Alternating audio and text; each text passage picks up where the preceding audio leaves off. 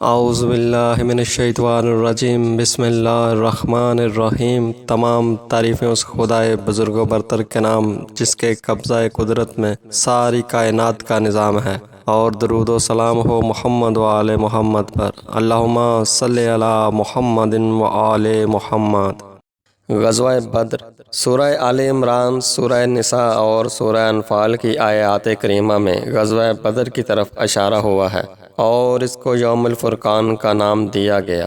غزوہ بدر سب سے پہلی اور اہم جنگ تھی جو 17 رمضان المبارک سن 2 ہجری کو مقام بدر مسلمانوں اور مشرکین قریش کے درمیان لڑی گئی۔ اس جنگ میں مسلمانوں کی افرادی قوت کم تھی لیکن انہوں نے مشرکین پر فتح پائی۔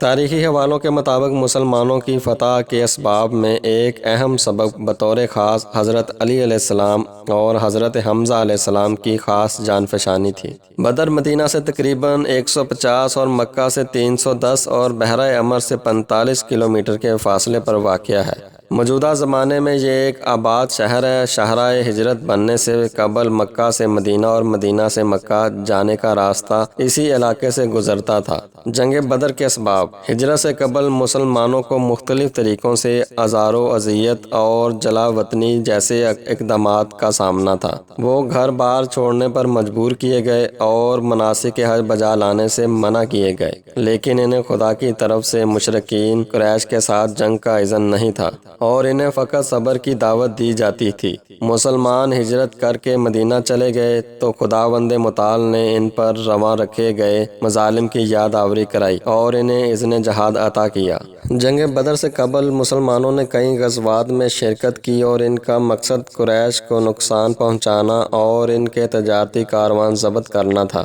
گو کہ سریہ نخلا کے سوا ان کا کوئی بھی اقدام نتیجہ خیز ثابت نہیں ہو سکا تھا۔ اس سریے میں جو حرام مہینے میں عبداللہ بن جہش کے سرکردگی میں غزوہ بدر سے تقریباً 1.5 مہینے قبل انجام پایا اور مشرکین میں سے ایک شخص ہلاک ہوا اور 2 پکڑے گئے۔ نیز قریش کا تجارتی کاروان ضبط کیا گیا۔ قریش اس شکست کو عربوں کے درمیان اپنے لیے شرمندگی کا سبق سمجھتے تھے اور سریے میں ہلاک ہونے والے عمر بن حضرمی کے خون بہا کا مطالبہ کر رہے تھے۔ اس موضوع نے جنگ بدر کا واقعہ رونما ہونے میں اہم کردار ادا کیا۔ جنگ سے قبل فریقین کے اقدامات: غزوہ کے واقعات: 2 لشکروں کی صف آرائی۔ صبح کے وقت پیغمبر صلی اللہ علیہ وآلہ وسلم نے اپنے لشکر کی صف آرائی کا اہتمام کیا اور اسی اثناء میں قریش کی سپاہ اکنکل نامی ٹیلے سے ظاہر ہوئی۔ رسول خدا صلی اللہ علیہ وآلہ وسلم نے دیکھا تو بارگاہ احدیت میں التجا کی، اے رب متعال، یہ قریش ہیں جو غرور و تکبر کے ساتھ تجھ سے لڑنے اور تیرے رسول صلی اللہ علیہ وآلہ وسلم کو جھٹلانے آئے ہیں۔ اے میرے پروردگار، میں اس نصرت کا خواہاں ہوں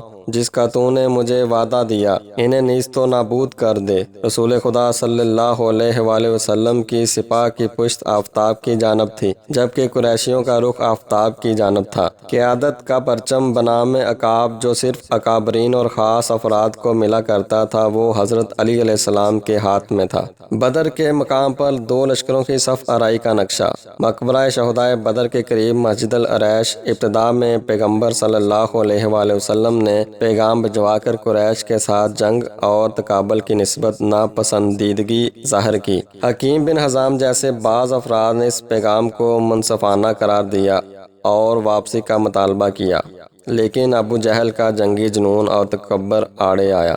دو بدو لڑائی اور جنگ کا آغاز: دو بدو لڑائی شروع ہونے سے قبل ابو جہل نے اپنے لشکریوں کے جذبات ابھارنے اور انہیں مشتعل کرنے کی غرض سے عامر حضرمی کو حکم دیا کہ اپنا سر مونڈ لے اور سر پر مٹی ڈال کر اپنے بھائی عمر حضرمی کے خون کا مطالبہ کرے۔ مروی ہے کہ عامر پہلا شخص تھا جو مسلمانوں کی صفوں پر حملہ آور ہوا تاکہ ان کی صفوں کو دھرم بھرم کرے، لیکن حضرت محمد صلی اللہ علیہ وآلہ وسلم کے سپاہیوں نے ثابت قدمی دکھائی۔ ابو جہل اور قریش کے مسلسل طعنہ و تشنیع نے عتبہ کو مجبور کیا کہ پہلے فرد کے طور پر اپنے بیٹوں ولید اور عتبہ کے ہمراہ میدان میں اترے اور دو بدو لڑائی کا آغاز کر دے۔ رسول خدا صلی اللہ علیہ وآلہ وسلم نے اپنے چچا حضرت حمزہ علیہ السلام اور حضرت علی علیہ السلام اور عبیدہ بن حارث کو میدان میں بھیجا۔ حضرت حمزہ علیہ السلام نے عتبہ کو ہلاک کیا اور حضرت علی علیہ السلام نے ولید کو، اور عبیدہ بن نے حضرت حمزہ اور حضرت علی کی مدد سے شیبہ کا کام تمام کیا۔ امام علی علیہ السلام سے منقول روایت کے مطابق آپ تینوں افراد کے قتل میں شریک ہوئے تھے۔ جنگ کا انجام: عتبہ، شیبہ اور ولید کے ہلاک ہو جانے کے بعد جنگ کے شعلے بھڑک اٹھے، لیکن اللہ کی غیبی امداد اور مسلمانوں کی شجاعت کے نتیجے میں مشرکین بہت جلد مغلوب ہوئے۔ تاریخ کے مطابق گھمسان کی لڑائی کے دوران رسول خدا صلی اللہ علیہ وآلہ وسلم نے مٹھی بھر ریت اٹھا کر قریشیوں کی جانب پھینک دی اور ان پر نفرین کی۔ یہی امر مشرکین کے فرار ہونے اور ان کی شکست و ناکامی کا سبب ہوا۔ قریش کا لشکر اپنا مال و اسباب چھوڑ کر میدان جنگ چھوڑ کر بھاگ گیا اور بعض افراد شکست کی خبر مکیوں کے لیے لے گئے۔ شہدائے بدر کی اسماء کا کتبہ جو بمقام بدر ان کی مدفن میں نصب کیا گیا ہے۔ جنگ بدر میں 14 مسلمان شہید ہوئے، جن میں سے 6 کا تعلق مہاجرین اور 8 کا تعلق انصار سے تھا، اور مشرکین میں سے 70 افراد ہلاک ہوئے اور اتنے ہی افراد کو قیدی بنایا گیا، جن میں سے 35 افراد حضرت علی علیہ السلام کے ہاتھوں مارے گئے۔ سینکڑوں قریشی اطراف کے صحراؤں میں منتشر ہو گئے تھے اور رات کے اندھیرے اور مسلمانوں کے ہاتھ سے نجات پانے کے لیے لمحہ شماری کر رہے تھے۔ رسول خدا صلی اللہ علیہ وآلہ وسلم کو ابو جہل کی ہلاکت کی خبر سننے کا انتظار تھا، اور آپ نے اس کو کفر کا سرکردہ اور فرعون امت جیسے خطبات سے نوازا تھا۔ چنانچہ آپ نے اس کی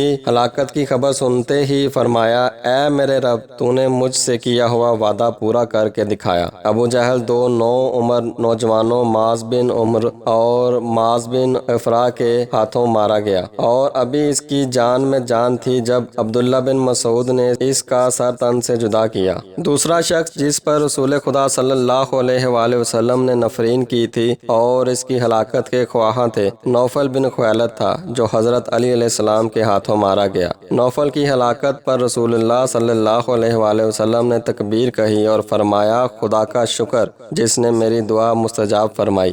جنگ بدر جو نصف روز سے زیادہ جاری نہ رہی، صدر اول کا ایک اہم ترین واقعہ ثابت ہوئی، یہاں تک کہ رسول خدا صلی اللہ علیہ وآلہ وسلم نے فرمایا، کبھی بھی شیطان اتنا عاجز اور چھوٹا نہ تھا جتنا کہ روز عرفہ کو عاجز اور چھوٹا ہو جاتا ہے، سوائے یوم بدر کے۔ جنگ بدر کے بعد کے واقعات: غنائم کی تقسیم اور قیدیوں کا انجام۔ مشرکین قریش کے باقی مائندہ مال و متاع کو رسول خدا صلی اللہ علیہ وآلہ وسلم کے حکم پر اکٹھا کیا گیا، اور شہداء کی تدفین اور مشرکین کی لاشیں کلیب نامی کنویں میں پھینکنے کے بعد آپ صلی اللہ علیہ وآلہ وسلم نے مشرکین کی لاشوں سے مخاطب ہو کر بعض جملے ادا کیے اور فرمایا کہ وہ آپ کا کلام بخوبی سنتے ہیں۔ بعد از مسلمان مال غنیمت اور قیدیوں کو لے کر مدینہ کی طرف چل دیے۔ مال غنیمت کو بیچ راستے شرکائے جنگ کے درمیان تقسیم کیا گیا۔ 2 قیدیوں کو جو مکہ میں مسلمانوں پر تشدد کے اصل ذمہ دار تھے، راستے میں ہی قتل کی سزا سنائی گئی، اور علی علیہ السلام نے حکم پر فوری طور پر عمل درآمد کیا۔ امیہ بن حلب بھی قید ہونے کے پہلے لمحات میں ہی بلال بن رباح کے ساتھ لڑ پڑا اور بلال کے ہاتھوں ہلاک ہو گیا۔ امیہ مکہ میں نہایت وحشیانہ انداز سے حضرت بلال رضی اللہ تعالیٰ عنہ پر تشدد کرتا رہا تھا۔ رسول اللہ صلی اللہ علیہ وآلہ وسلم کے حکم پر ابو البختری عصام بن حشام کو شیب ابی طالب میں مسلمانوں کی قلعہ بندی کے دوران قابل قدر خدمات کی وجہ سے اور بنو ہاشم کے چند افراد کو جنگ میں جبری شمولیت کی بنا پر نیز 2 یا 3 دیگر افراد کو سزائے موت سے معاف رکھا گیا۔ باقی قیدی مدینہ میں مسلمانوں کے درمیان تقسیم کیے گئے، اور رسول خدا صلی اللہ علیہ وآلہ وسلم نے ان کے ساتھ نیک رویہ روا رکھنے کی ہدایت کی۔ زیادہ تر افراد کو فدیہ لے کے رہا کیا، اور باقی افراد جو نادار اور پڑھے لکھے تھے، زید بن ثابت اور انصار کے فرزندوں کو پڑھائی لکھائی سکھانے کے عوض رہا ہوئے، جبکہ کئی افراد فدیہ ادا کیے بغیر رہا کیے گئے۔ مدینہ میں جنگ بدر کا انعکاس۔